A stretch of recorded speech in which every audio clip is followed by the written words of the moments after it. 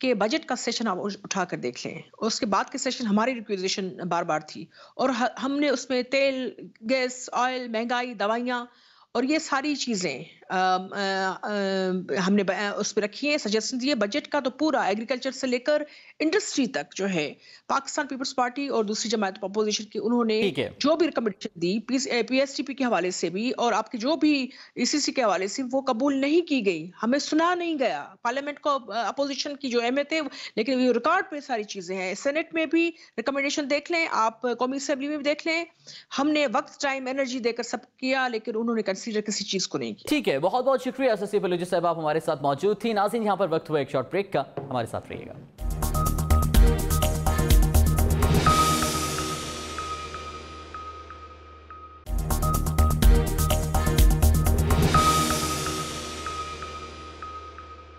Welcome back ناظرین۔ حکومت اور اپوزیشن کے درمیان محاذ آرائی کے موقع پر یکے بعد دیگرے اہم اتحادیوں کی جانب سے حکومت سے ناراضگی کا اظہار کیا جا رہا ہے۔ پہلے مردم شماری کے معاملے پر ایم کیو ایم کی جانب سے تحریک انصاف سے شکوہ کیا گیا۔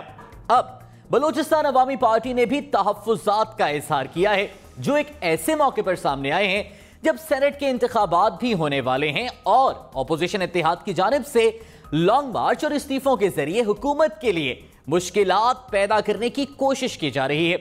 یہاں پر سوال اٹھ رہا ہے کہ حکومتی اتحادی حکومت کی مشکل سے فائدہ اٹھانے کی کوشش کر رہے ہیں یا اتحادیوں کی ناراضگی حکومت کے لیے نئی مشکل پیدا کر سکتی ہے۔ ڈان اخبار کی رپورٹ میں انکشاف کیا گیا کہ وزیر اعلیٰ بلوچستان اور بلوچستان عوامی پارٹی کے صدر جام کمال کی سربراہی میں پارٹی اجلاس میں وفاقی اور خیبر پختونخوا کابینہ میں کم نمائندگی کی شکایت کی گئی اور حکومت سے وفاقی کابینہ میں ایک اور وزارت دینے کا مطالبہ کرنے پر اتفاق ہوا۔ اس رپورٹ کی تصدیق خود بلوچستان حکومت کے ترجمان لیاقت شاہوانی نے جیو نیوز کے پروگرام میں بھی کی۔ ہمیں یہ محسوس ہوتا ہے کہ جتنا بلوچستان عوامی پارٹی کا جو مینڈیٹ ہے اس کو مد نظر رکھتے ہوئے وہ ہمیں جو فیڈرل کیبنٹ میں جو سپیس چاہیے وہ نہیں مل رہا۔ یہ اہم بیان ہے، لیکن اس بیان سے اہم سیاسی تناظر ہے جس میں یہ بیان سامنے آیا ہے۔ حکومت اتحادی حکومت سے مطمئن کیوں نہیں ہے اور بلوچستان عوامی پارٹی کو تحریک انصاف سے گلے کیا ہیں اور کیا یہ گلے وزیر اعظم سے ہیں؟ بات کریں گے بلوچستان عوامی پارٹی سے سینیٹر انوار الحق کاکڑ ہمارے ساتھ موجود ہیں۔ سر، جولائی 2018 میں جب بلوچستان عوامی پارٹی نے پی ٹی آئی کے ساتھ شراکت داری اختیار کی تھی تو جام کمال صاحب نے کہا تھا یہ غیر مشروط اتحاد ہے، تو اب 2.5 سال گزرنے کے بعد ایک اور وزارت کا مطالبہ، وجہ کیا ہے سر؟ دیکھیں، شاید آپ کے ناظرین کو یا لوگوں کو اس کا بیک گراؤنڈ نہ پتہ ہو، ایسا نہیں ہوا ہے کہ یہ ڈیمانڈ یا یہ جو ریکویسٹ ہے یہ ایک ایسے وقت میں آئی ہے کہ 2.5 سال حکومت کے گزرے ہیں اور اب ہم نے یہ نقطہ اٹھایا ہے۔ شروع دن سے ہماری انڈرسٹینڈنگ یہ تھی کہ ہمیں کوٹا جو ملے گا فیڈرل گورنمنٹ میں in terms of ministerial representation وہ 1 سے زائد ہوگی۔ روایتی طور پہ بلوچستان کے 3، 4 یا 5 وزراء 1985 آنورڈز جتنی بھی حکومتیں آئی ہیں فیڈرل کیبنٹ میں ان کا یہ حصہ رہا ہے۔ اس مرتبہ اور عموماً یہ ہوتا تھا کہ 2 یا 3 ایسے سیاسی گروہ جماعتیں ہوتی تھی جو وفاقی حکومت کا حصہ ہوتی تھی، تو وہ تقسیم ہو کر 3، 4، 5 صوبے کے حصے میں اتنی ریپرزنٹیشن آ جاتی تھی۔ اس مرتبہ چونکہ ہم اتحادی جماعت کے طور پہ واحد سیاسی جماعت ہیں بلوچستان سے جو گورنمنٹ بینچز پہ ہیں اور ہم ان کے اتحادی ہیں، اس وجہ سے یہ بار بار تو نہیں، وقتاً فوقتاً یہ درخواست کی جاتی تھی، یہ نقطہ اٹھایا جاتا تھا، اور میں سمجھتا ہوں کہ پرائم منسٹر اس حوالے سے پازیٹیو ہیں۔ ان کا ہمیشہ انہوں نے یہی کہا ہے، شاید وہ انوائرمنٹ ڈیسیجن میکنگ کی جب بھی وہ اپنی ٹیم تشکیل دے رہے ہوتے ہیں وہ کنسیڈریشن ان کے ذہن میں ہوگی یقیناً، اور اپروپریٹ وقت پہ میں امید رکھتا ہوں کہ وہ فلفل بھی ہو جائے گی۔ لیکن ہم ایک سیاسی جماعت ہیں، ہماری جماعت کے اندر جو قومی اسمبلی کے ممبران ہیں، صوبائی اسمبلی کے ہیں، سینٹ کے ہیں، وہ اپنے پارٹی پریزیڈنٹ سے وقتاً فوقتاً یہ نقطہ ان کے سامنے لے کے آتے ہیں۔ اب وہ جو گفتگو کسی ایک ہمارے پارٹی کے اجلاس کی تھی وہ میڈیا میں آ گئی ہے، تو شاید اس کا تاثر یہ جا رہا ہے کہ ہم گلے شکوے کر رہے ہیں۔ لیکن لیاقت شاہوانی صاحب نے تو واضح کیا ہے، انہوں نے کہا ہے کہ ہمیں گلے ہیں حکومت سے، اور گلے کا لفظ میں استعمال نہیں کروں گا، شارٹ آف دیٹ میں یہ کہہ رہا ہوں کہ یہ ہمارا ایک کیس ہے for the province of Balochistan. یہ ہمارا پولیٹیکل حق ہے کہ ہم اپنا کیس پیش کر سکیں بلوچستان کے لوگوں کے لیے، ان کی نمائندگی کے لیے.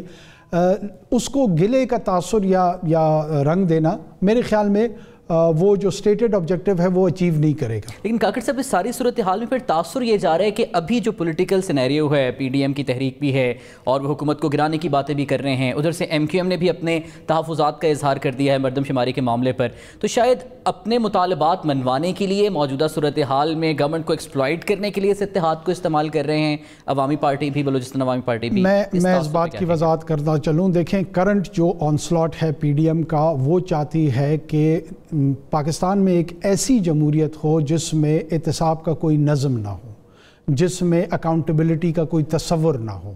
بلوچستان عوامی پارٹی پی ٹی آئی کے ساتھ under the leadership of prime minister Imran Khan اس ویلیو سسٹم کے ساتھ ہر صورت میں انکنڈیشنل کھڑی ہوگی کہ 22 کروڑ لوگوں کا جو نظام ہوگا، سیاسی نظام ہوگا، اس میں ایک مضبوط احتساب کا نظام ہونا چاہیے. ہم کسی بادشاہت کو ریپرزینٹ نہیں کر رہے ہیں، ہم کوئی نسل در نسل موروثی قسم کی سیانے والے نہیں ہیں. ہم یہ نہیں سمجھتے ہیں کہ 22 کروڑ لوگوں کا جو ٹیکس کا پیسہ اکٹھا ہوتا ہے وہ جس انداز میں خرچ ہوتا ہے اس کی کوئی پوچھ گوچھ نہ ہو. دیکھیں جب بھی خزانے سے پیسے اگر میں مس مینج کر کے چراتا ہوں، اس کا اثر جو ہے آپ کے کیمرہ مین پہ پڑتا ہے. اس کے جو 100 روپے کا ٹیکس ہے اس سے 10 روپے میری جیب میں آتے ہیں. جو آپ کا ریڑی والا ہے وہ جو ٹیکس پے کرتا ہے انڈائریکٹ صورت میں، جو خریداری کرتا ہے، جو چیزیں مہنگی ہوتی ہیں، اس ٹیکس سے 20 روپے میرے جیب میں آتا ہے. اس طرح اکٹھا کرتے کرتے عام لوگوں کے 10 20 30 40 روپوں کو اکٹھا کر کے میں اربوں روپے بنا لیتا ہوں. کاکڑ صاحب یہ اس بات میں تو کوئی بحث نہیں ہے کہ احتساب کا نظام ہونا چاہیے. پی ٹی آئی کے ساتھ کھڑے تھے، کھڑے آپ جیسے فرما رہے ہیں کھڑے رہیں گے. شروع سے آپ کا یہ مطالبہ تھا کہ بلوچستان کو ریپرزنٹیشن ہونی چاہیے کیونکہ ماضی میں بھی رہی ہے. اب موجودہ حکومت تو یہ کریڈٹ بھی لیتی ہے، دعویٰ بھی کرتی ہے کہ ہم بلوچستان کی جو پسماندگی شروع سے رہی ہے اس کو دور کرنے کے لیے کام کر رہے ہیں، سی پیک پر بھی بہت زور سے کام ہو رہا ہے. تو پھر وجہ کیا ہے 2.5 سالوں کے اندر پھر آپ کے اس ریپرزنٹیشن کے مطالبے کو کیوں نہیں مانا گیا؟ وزارت دوسری میں دوبارہ اس کو فیڈرل گورنمنٹ کے ایٹیٹیوڈ کو بھی بتا دوں. دیکھیں اس وقت ساؤتھ بلوچستان کا جو ایک پیکج آیا ہے وہ 600 ارب روپے پلس کا آیا ہے. یہ ہماری 70 سال کی تاریخ میں کبھی نہیں ہوا. اس کو ایکنالج نہ کرنا، اس کو تسلیم نہ کرنا سیاسی زیادتی بھی ہوگی، اخلاقی زیادتی بھی ہوگی. ہم فیڈرل گورنمنٹ کے بھی شکر گزار ہیں، پرائم منسٹر کے شکر گزار ہیں جنہوں نے ساؤتھ آف بلوچستان پہ اتنا فوکس کیا جو کہ بہت زیادہ with in province under developed تھا. وہاں پہ ٹیررزم کی ویو نے اس کو بہت شدت کے ساتھ ہٹ کیا ہے، اس کے بڑے مسائل ہیں. ساتھ میں میں ریمائنڈ کراؤں گا خود کو بھی اور اپنی آڈینس کو بھی کہ جب ہم چیئرمین سینٹ لے کر آ رہے تھے، یہی پی ٹی آئی اور اسی عمران خان نے اپنے 12 ووٹ ہمارے جھولی میں ڈال کے ہماری پوزیشن کو بہت سٹرینتھن کیا تھا to negotiate with the rest of the political groups. تو جو رویہ ہے وہ مثبت ہے، وہ پازیٹیو ہے. اس کے اندر اپنے کیس، اپنے رائٹس کو آرٹیکولیٹ کرنا، اپنا حق مانگنا گلہ نہیں ہے، شکوہ نہیں ہے. یہ ان ہاؤس اپنے گھر کے اندر ایک درخواست ہے. بچے اپنے ماں باپ سے چیز مانگتے ہیں تو کیا ماں باپ سے اگر آپ اسکول کی فیس مانگ لیتے ہیں، کپڑوں کے پیسے مانگ لیتے ہیں تو آپ اپنے ماں باپ سے گلہ کر رہے ہیں؟ قطعاً گلہ نہیں کرتے. تو بجا ہے، آپ کو گورنمنٹ سے امید بھی ہے کہ وہ آپ کے مطالبات مانے گی بھی اور کنسیڈر بھی کرے گی. ورسٹ کیس سیناریو میں اگر گورنمنٹ نہیں آپ کا یہ مطالبہ مانتی تو آپ کا عمل کیا ہوگا؟ کیونکہ ایم کیو ایم نے تو کہا ہے کہ ہم اتحاد بھی چھوڑ دیں گے، وزارت بھی چھوڑ دیں گے، عوام کے پاس چلے جائیں گے. تو کیا آپ حکومت کی بیساکھی بنے رہیں گے اس اتحاد میں؟ ہم حکومت کی بیساکھی نہیں ہیں، ہم حکومت ہیں. ٹھیک ہے، ہم اس حکومت کو کمپلیٹلی اون کرتے ہیں. ہم اس پرائم منسٹر کی جو پولیٹیکل مورل پوزیشن ہے اس کو بیک کرتے ہیں، اس کو سپورٹ کرتے ہیں. ہمارا یہ یقین اور ایمان ہے کہ پاکستان کا جو معاشرہ اور اس کی جو ریاست ہے وہ ایک ٹرننگ پوائنٹ پہ کھڑی ہونی ہے. کیا پاکستان میں ایک سیوک اکاؤنٹیبل ڈیموکریٹک نظام آئے گا یا اولیگارکس رہیں گے؟ اولیگارکس کے ساتھ نہیں کھڑے ہیں، ہم ایک ایسے نظام کے ساتھ کھڑے ہیں